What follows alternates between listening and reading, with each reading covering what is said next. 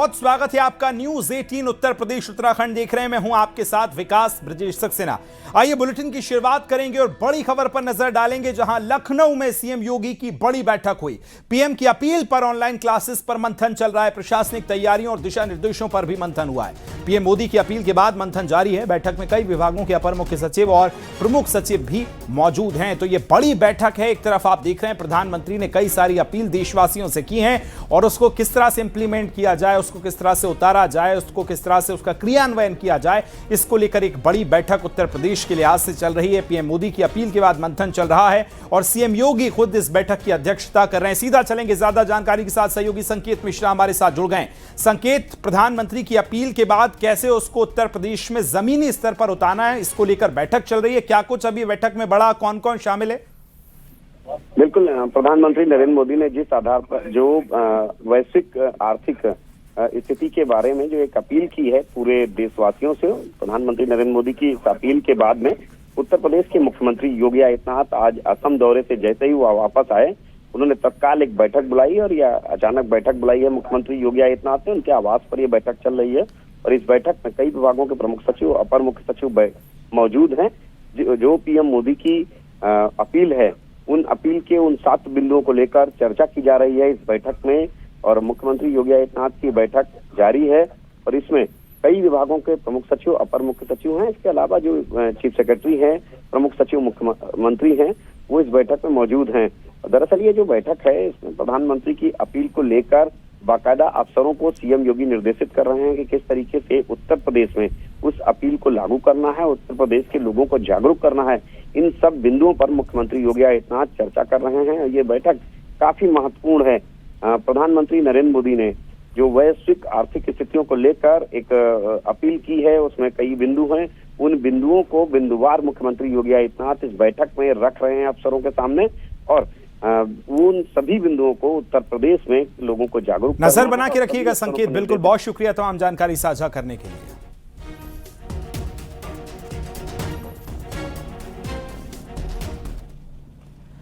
दरअसल पीएम मोदी ने वैश्विक संकट के बीच पेट्रोल डीजल को लेकर जनता से बड़ी अपील की। आपको सुनाते हैं प्रधानमंत्री ने अपील क्या की है, किन किन चीजों का जिक्र उन्होंने किया है। आज जो संकट है उसमें हमें विदेशी मुद्रा बचाने पर भी बहुत जोर देना होगा, क्योंकि दुनिया में पेट्रोल डीजल इतना ज्यादा महंगा हो गया है, पहले से कई गुना ज्यादा कीमतें बढ़ गई है। तो हम सबका दायित्व है कि पेट्रोल डीजल की खरीद पर जो विदेशी मुद्रा खर्च होती है, पेट्रोल डीजल बचाकर हमें वो मुद्रा भी बचानी है। इसके लिए हमारे छोटे छोटे प्रयास भी देश की बहुत मदद कर सकते हैं। अब बात करते हैं नीट परीक्षा की, जहां नीट परीक्षा रद्द होने पर एनटीए के डीजी अभिषेक सिंह ने कहा कि परीक्षा की नई तारीख का ऐलान 7 से 8 दिन के अंदर हो जाएगा। उन्होंने एग्जाम रद्द होने पर प्रेस कॉन्फ्रेंस की, जिसमें बताया कि मेडिकल छात्रों के हित में परीक्षा रद्द की गई है। पेपर लीक के दोषियों पर सख्त कार्रवाई की जाएगी और पूरा पेपर लीक नहीं हुआ। कुछ प्रश्न लीक हुए, वहीं इस मामले में सीबीआई ने एफआईआर दर्ज कर ली है। सीबीआई ने राजस्थान पुलिस के दर्ज एफआईआर को टेक ओवर भी कर लिया है और अब पूरी तरह से जांच सीबीआई कर रही है कि कितने क्वेश्चन सिमिलर थे, 2 पीडीएफ थे, 3 पीडीएफ थे, 4 पीडीएफ थे। यह सब सीबीआई जांच के बारे में आएगा। मेरे लिए इतना पर्याप्त था कि 1 या 2 प्रश्न भी अगर मैच कर रहा है तो मेरी प्रक्रिया भंगित हो रही है, मेरी जीरो एरर, जीरो टॉलरेंस की भंगित हो रही है।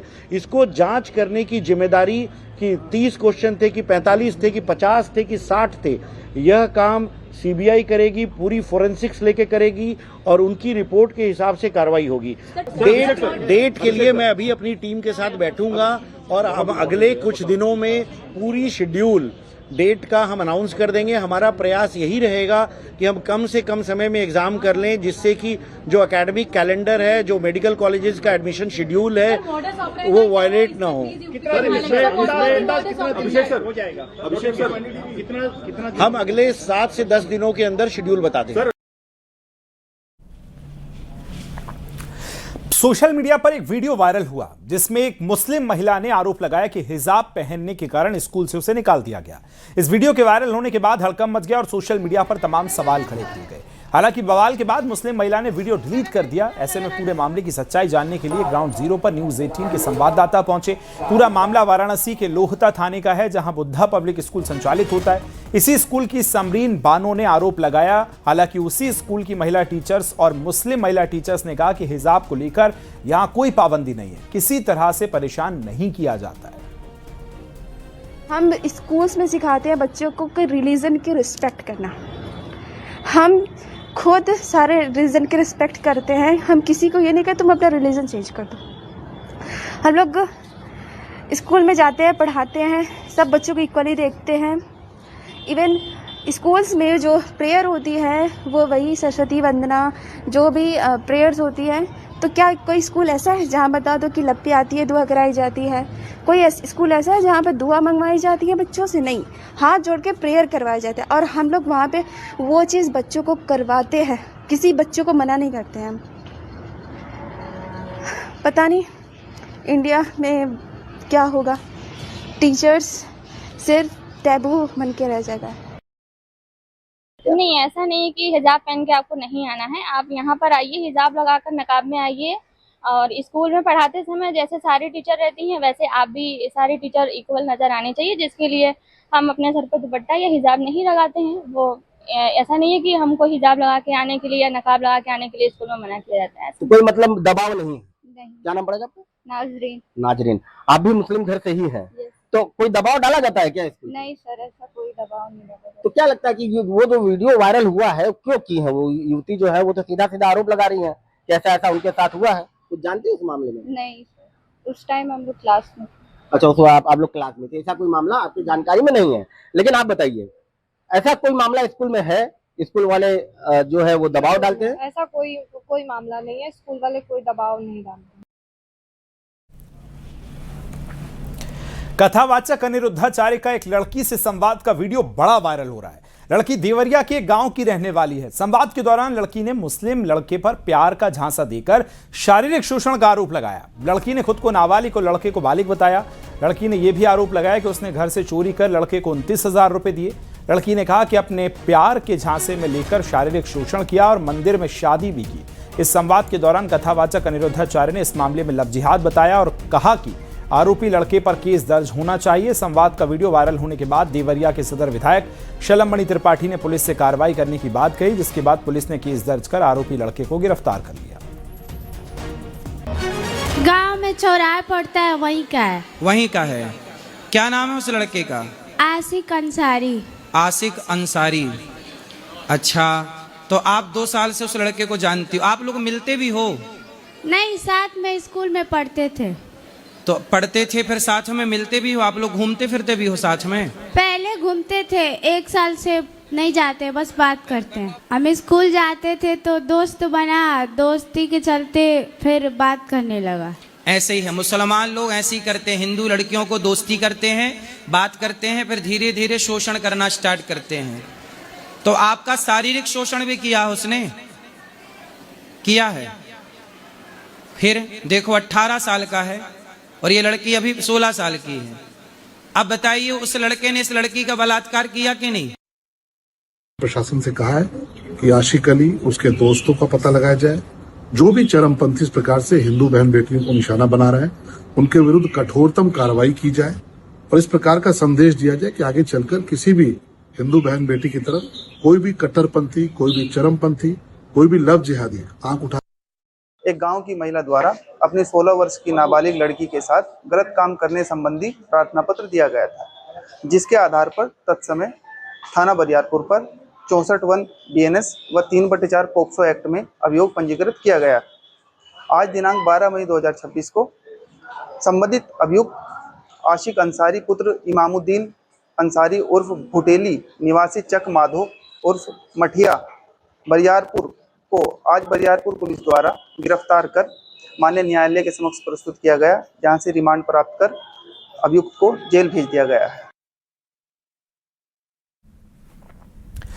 बुलंदशहर में थाना खुर्जा नगर कोतवाली क्षेत्र से इंसानियत को शर्मसार करने वाला एक मामला सामने आया, जहां बेटे पर अपने ही बुजुर्ग पिता को सड़क पर गिराकर बेरहमी से पीटने का आरोप लगा है। घटना का वीडियो सोशल मीडिया पर तेजी से वायरल है। पीड़ित बुजुर्ग रमेश चंद्र, जो रिक्शा चलाकर अपना जीवन यापन करता था, आरोप है कि बेटे और बहू ने न सिर्फ उसके साथ मारपीट की, बल्कि जबरन उसकी जेब से पैसे निकाल लिए और मोबाइल फोन छीन लिया। बुजुर्ग ने आरोप लगाया कि घर में सोने पर बेटा बहू मना करते हैं।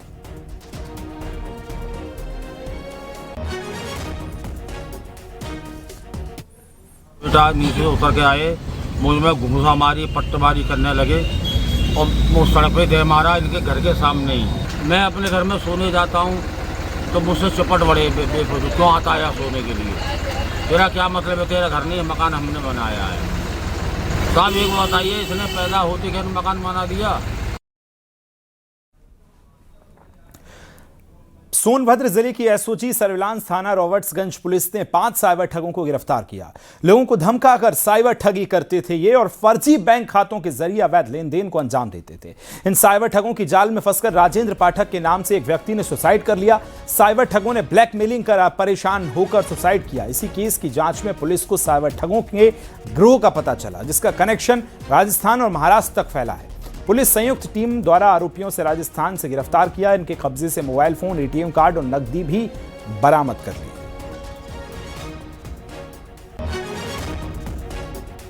सोशल मीडिया पर फर्जी आईडी बनाकर एक्सटॉर्शन किया जा रहा था, जो अपने एआई वीडियोस के माध्यम से सामने वाले को डरा धमका के उससे पैसा वसूलते थे।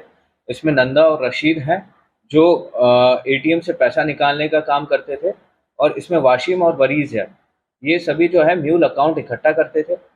आज हमारी टीम ने 10 मई को इनकी गिरफ्तारी कर इनके पास से 5 मोबाइल फोन्स, 2 म्यूल अकाउंट्स, घटना में जो संलिप्त सिम कार्ड था उसकी बरामदगी की है, और 6000 की गिरफ्तारी की। बलिया में पुलिस टीम पर हमला करने वाले आरोपी को पकड़ने गई पुलिस पर ग्रामीणों ने हमला कर दिया। पुलिस टीम पर गांव वालों ने पथराव किया। 4 पुलिसकर्मियों को चोटें आई हैं। एसओजी की गाड़ी का शीशा भी तोड़ दिया है। आरोपी ने एक युवक की पिटाई कर अधमरा कर सड़क पर जो है उसको लिटा दिया था। आरोपी को ग्रामीणों ने पकड़ लिया था। पुलिस अपने कब्जे में लेना चाहती थी। चितबड़ा गांव थाने के नागपुर गांव का यह पूरा मामला है, जहां बलिया में पुलिस टीम पर हमला हुआ। आरोपी को पकड़ने के लिए यह टीम गई थी, जिस पर हमला किया गया और 4 जवानों को चोटें आई।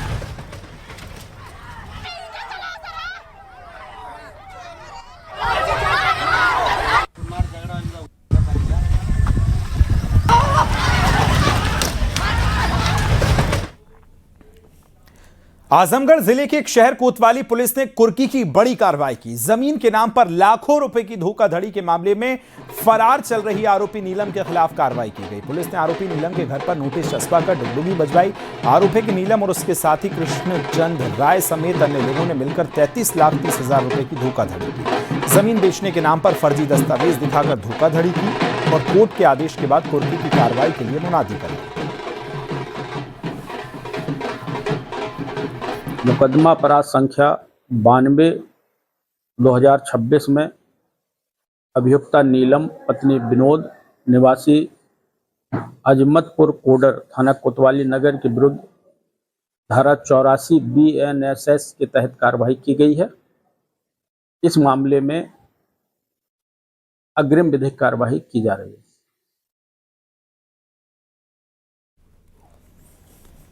आगरा में यमुना नदी में नहाने गए 4 लोगों के डूबने का मामला सामने आया। हादसे में इलाज के दौरान एक लड़के की 2 लड़कियों की मौत हो गई, जबकि एक बच्चे की तलाश में रेस्क्यू ऑपरेशन जारी है। घटना थाना कमला नगर क्षेत्र के बलकेश्वर घाट की है। जानकारी के मुताबिक सभी जन्मदिन समारोह में रिश्तेदार के घर आए थे। इसी दौरान चारों यमुना में नहाने चले गए। तेज बहाव के चलते चारों डूब गए। चीख पुकार सुनकर पहुंचे स्थानीय लोगों ने 3 को बाहर निकाल लिया, अस्पताल पहुंचाया, लेकिन इलाज के दौरान उनकी मौत हो गई। पुलिस और गोताखोरों ने एक बच्चे की तलाश की जा रही है।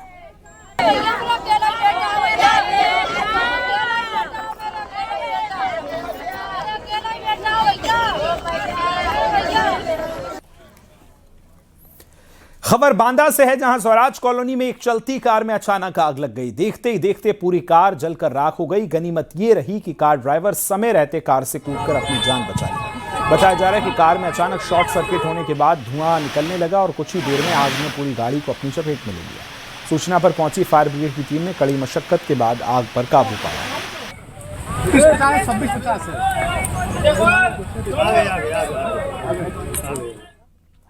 हरदोई के चिमना गांव में पानी से भरे गड्ढे में डूबकर भाई बहन की मौत के मामले में बड़ा एक्शन हुआ। भट्टा संचालक के खिलाफ लापरवाही का मुकदमा दर्ज किया गया है। राजस्व लेखपाल ने रिपोर्ट दर्ज कराई। जानकारी के मुताबिक लखीमपुर खीरी निवासी इरशाद के बच्चे रुखसार और अफजद खेलते समय पानी से भरे गड्ढे में डूब गए थे, जिसके बाद छोटे भाई को बचाने के लिए बहन रुखसार भी गड्ढे में छलांग लगा दी। न्यूज़ 18 ने इस खबर को हालांकि प्रमुखता से दिखाया।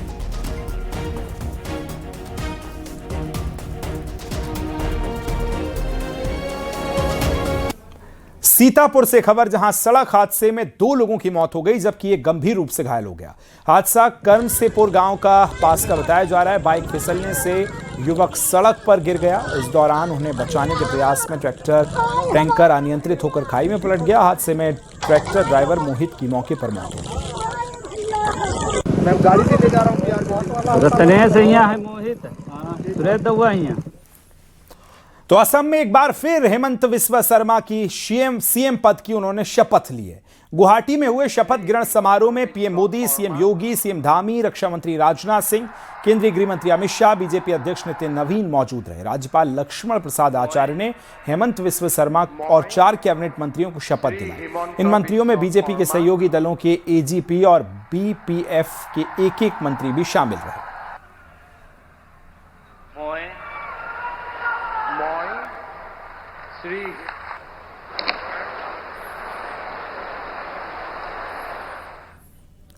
सीएम योगी और रक्षा मंत्री राजनाथ सिंह आज असम के गुवाहाटी में मां कामाख्या मंदिर के दरबार में पहुंचे। सीएम योगी और रक्षा मंत्री राजनाथ सिंह ने पूरी विधि विधान के साथ मां कामाख्या की पूजा अर्चना की। बाएं चलना, लेफ्ट। तस्वीरें आप देख रहे हैं। आज शपथ ग्रहण में शामिल होने के लिए रक्षा मंत्री राजनाथ सिंह और मुख्यमंत्री योगी आदित्यनाथ पहुंचे थे। इसी दौरान वो मां कामाख्या के दरबार में पहुंचे।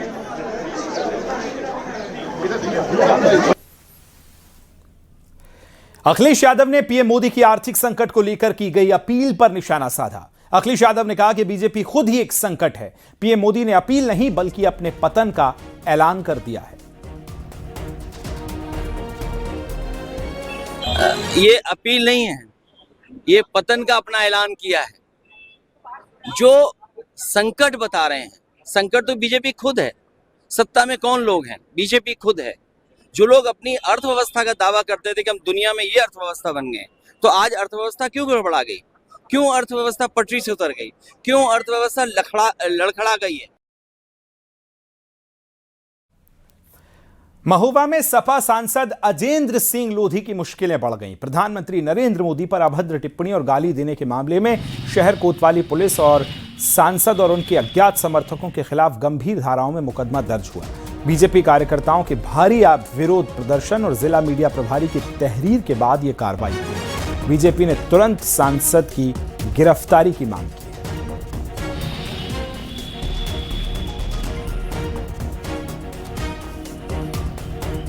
क्रोश था। भारतीय जनता पार्टी के जिलाध्यक्ष मोहनलाल कुशवाहा जी के नेतृत्व में हम सभी ने ज्ञापन दिया था शहर कोतवाली महोबा में। उस आधार पर जांच के बाद मुझे लगता है पुलिस ने मुकदमा पंजीकृत किया है और हमारी मांग है कि इनके ऊपर कड़ी कार्रवाई होनी चाहिए। देश के यशस्वी प्रधानमंत्री जी को इस तरह की असंसदीय भाषा का प्रयोग करना, और वो भी लोग जो कह रहे हैं कि हम संविधान के रखवाले हैं, हम संविधान को मानने वाले हैं, उन्होंने इस तरह की टिप्पणी की है, उसको लेकर पुलिस ने मुकदमा दर्ज किया। तो मांग करते हैं कि तत्काल गिरफ्तारी हो। ऐसी अमर्यादित टिप्पणी जो देश के यशस्वी प्रधानमंत्री के लिए सांसद जी कर रहे हों, ये स्वीकार नहीं होनी चाहिए। अगर गिरफ्तारी होगी, कार्रवाई होगी। सपा प्रवक्ता राजकुमार भाटी की ब्राह्मणों के लिए अभद्र टिप्पणी की गई है। राजकुमार भाटी ने कहा, वैश्याओं को ब्राह्मणों से अच्छा उन्होंने बता दिया है। किताब के विमोचन के दौरान सपा प्रवक्ता राजकुमार भाटी की ये अभद्र टिप्पणी देखने को मिली है। ये सुना दिया करो कि ब्राह्मण भला न वैश्या इनमें भला न कोई, और कोई वैश्या तो भली ब्राह्मण भला। ब्राह्मण भला न वैश्य इनमें भला न कोई, और कोई वैश्य तो भली ब्राह्मण भला।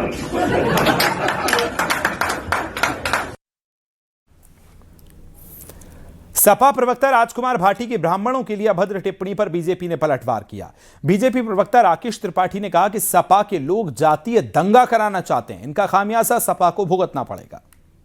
समाज में जाति का जहर घोलने की ये जिम्मेदारी सपा मुखिया अखिलेश यादव जी ने दी है, और इसीलिए आप देखिए कि लगातार समाजवादी पार्टी के नेता एक के बाद एक लगातार गाली गलौज की भाषा का इस्तेमाल कर रहे हैं, जातियों को आपस में लड़ाने की चेष्टा कर रहे हैं। ये उत्तर प्रदेश के विधानसभा चुनाव को देखते हुए सांप्रदायिक सद्भाव बिगाड़ना चाहते हैं, जातीय दंगे कराना चाहते हैं, और इसीलिए जानबूझ करके इस तरह की जहरीली बातें कर रहे हैं। राजकुमार भाटी जी ने जिस तरह की बात की है, निश्चित तौर पर इसका खामियाजा समाजवादी पार्टी को भुगतना पड़ेगा, और ये जातीय दंगे, ये सांप्रदायिक दंगे अब उत्तर प्रदेश में नहीं हो सकते। लखनऊ में विधान भवन के सामने समाजवादी पार्टी की महिला नेत्रियों का विरोध प्रदर्शन देखने को मिला। पीएम मोदी की सोना ना खरीदने की अपील को विरोध जताया है। प्रदर्शन कर रही महिलाओं के हाथ में पोस्टर्स भी थे, जिन पर महिलाओं का मंगलसूत्र छीनने वाली सरकार नहीं चाहिए का स्लोगन था। पुलिस प्रदर्शनकारियों को इको गार्डन अब दे गई है।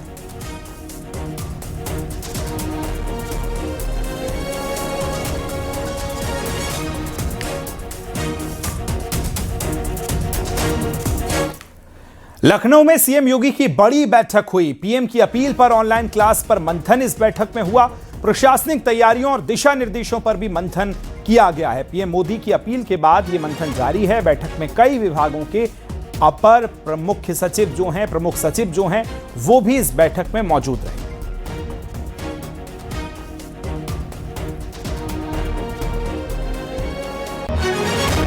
तो पीएम मोदी की अपील के बाद मंथन जारी है। देखिए, प्रधानमंत्री ने कई सारी अपील देशवासियों से की है, और वैश्विक संकट जो इस समय चल रहा है उससे बचने के लिए, उसमें हम किस तरह से आगे काम करें, वैश्विक शक्ति के तौर पर किस तरह से हम एक साथ होकर काम करें, उसको लेकर कई सारी अपील प्रधानमंत्री ने की है। जिसमें बहुत सारी चीज, सोना नहीं खरीदना, वर्क फ्रॉम होम के लिए काम करने की बात की गई, खुद की गाड़ियों की जगह अगर हम मेट्रो से सफर करें, इस तरह की कई सारी अपील हैं। और उसी को लेकर, उसी को इंप्लीमेंट करने के लिए, उसके क्रियान्वयन के लिए किस तरह से उत्तर प्रदेश में इसको उतारा जाए, इसी को लेकर यह बैठक चल रही है मुख्यमंत्री योगी आदित्यनाथ की अध्यक्षता में, जिसमें कई बड़े अधिकारी प्रशासनिक तैयारियों और दिशा निर्देशों पर मंथन कर रहे हैं। लखनऊ में यह योगी की बैठक जो है वो जारी है।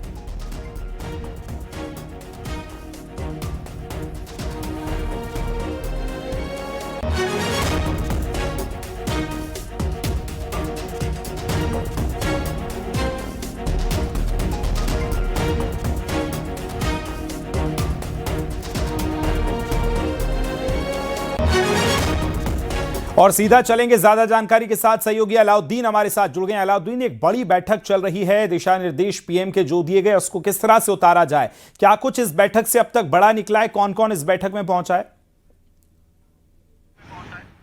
बिल्कुल साफ तौर से 5 कालिदास मार्ग, जो कि मुख्यमंत्री योगी आदित्यनाथ का सरकारी आवास है, वहीं पर बैठक चल रही है। मैं वहीं मौजूद हूं। जो खबरें हैं वो खबरें ये हैं कि तमाम जो प्रमुख विभाग हैं उनकी प्रिंसिपल सेक्रेटरीज, इसके अलावा एसीएस यानी अपर मुख्य सचिव, वो तमाम बुलाए गए हैं। और इस बैठक का साफ तौर से मकसद यही है कि प्रधानमंत्री नरेंद्र मोदी ने जिस तरह से 10 तारीख को और उसके एक बार और अपील जो की थी, उस अपील को लेकर के एक बार फिर से उत्तर प्रदेश में तमाम जो अधिकारी हैं उनको मुख्यमंत्री उनके साथ एक बैठक कर रहे हैं। और साफ तौर से उस बैठक का मकसद यही है कि किस तरह से अगर स्थितियां ऐसी बनती हैं, देखिए कुछ अधिकारी फिलहाल अंदर जाते हुए दिखाई दे रहे हैं और गाड़ियां निकलती हुई दिखाई दे रही हैं, तो ऐसे में तमाम स्थितियों से कैसे निपटा जाएगा, अगर इस तरह की विपरीत परिस्थिति आएगी तो कैसे निपटा जाएगा। बिल्कुल अलाउद्दीन, नजर रखिएगा। फिलहाल बहुत शुक्रिया तमाम जानकारी के लिए। यहां रुक रहे हैं, बहुत छोटे से ब्रेक के लिए। खबरें लगातार जारी हैं।